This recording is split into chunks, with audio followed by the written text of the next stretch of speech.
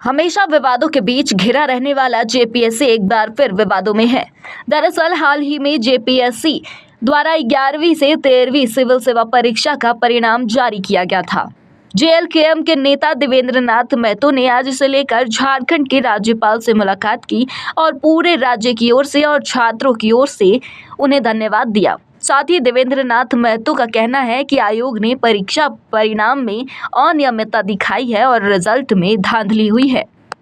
नियम का उल्लंघन करते हुए परीक्षा फल जारी किया गया है। त्रुटिपूर्ण रिजल्ट का सबूत भी उन्होंने राज्यपाल को सौंपा और परीक्षा फल में पारदर्शिता की मांग की है। जो कि झारखंड लोक सेवा आयोग के विज्ञापन संख्या 1/2024 का पीटी परीक्षा के बाद जो मुख्य परीक्षा का आयोजन किया गया था और जिसका परीक्षा फल को 11 महीना छिपाया गया था और लंबे समय के बाद महामहिम राज्यपाल जी से हम लोग मुलाकात किए और महामहिम राज्यपाल जी के पहल के परिणाम स्वरूप आयोग ने विगत 20 मई 2025 को रिजल्ट प्रकाशन किया। इसको लेकर के संपूर्ण झारखंड प्रदेश के तमाम छात्रों की ओर से उनको आभार व्यक्त करने गए थे, धन्यवाद देने गए थे, साधुवाद देने गए थे और साथ ही साथ आयोग द्वारा जारी रिजल्ट में जो कई अनियमितताएं हैं, कोई त्रुटि है, नियम कानून का उल्लंघन किया है आयोग ने, उसका एक एक चीज़ों पर हम लोग ने उनको अवगत कराया, उनका सबूत सौंपा और हम लोग ने स्पष्ट रूप से बताया महामहिम राज्यपाल जी को कि आयोग द्वारा जारी मुख्य परीक्षा फल में संविधान के अनुच्छेद 15-16 में प्रावधान एसटी, एससी, ओबीसी का प्रावधान आरक्षण का उल्लंघन किया गया है। साथ ही साथ विज्ञापन संख्या 1/2024 का मुख्य परीक्षा नियम के 19 के क्लॉज 3 का उल्लंघन किया गया है। साथ ही साथ झारखंड सरकार के गजट संख्या 762 के जो झारखंड सिविल सेवा एग्जामिनेशन रूल 2023 का अवहेलना किया गया है, उल्लंघन किया गया है, इस पर अवगत कराया और हम लोग ने बताया कि नियम के तहत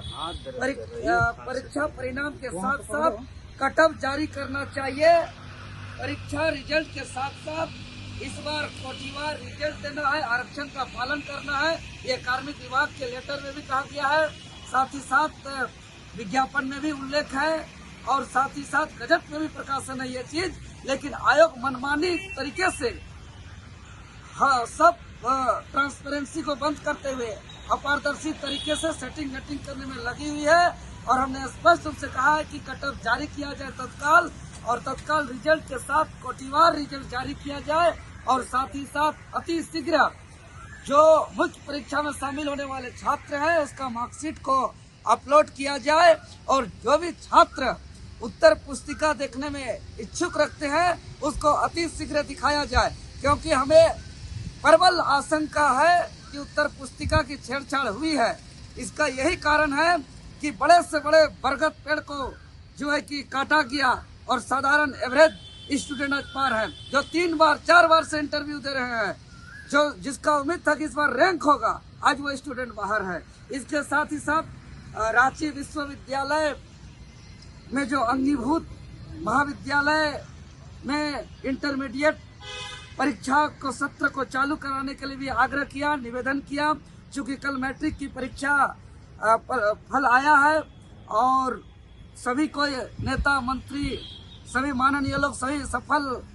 परीक्षार्थियों को बधाई भी दिया, सबको उसे उज्जवल भविष्य की कामना भी किया। लेकिन झारखंड प्रदेश में सभी विश्वविद्यालय के अंगीभूत महाविद्यालय में इंटर की पढ़ाई जारी है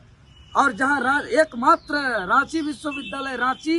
जहां इंटर की पढ़ाई बंद है और यही रांची विश्वविद्यालय के 17 जो एफिलिएटेड कॉलेज है वहां पे अभी भी इंटर चल रही है।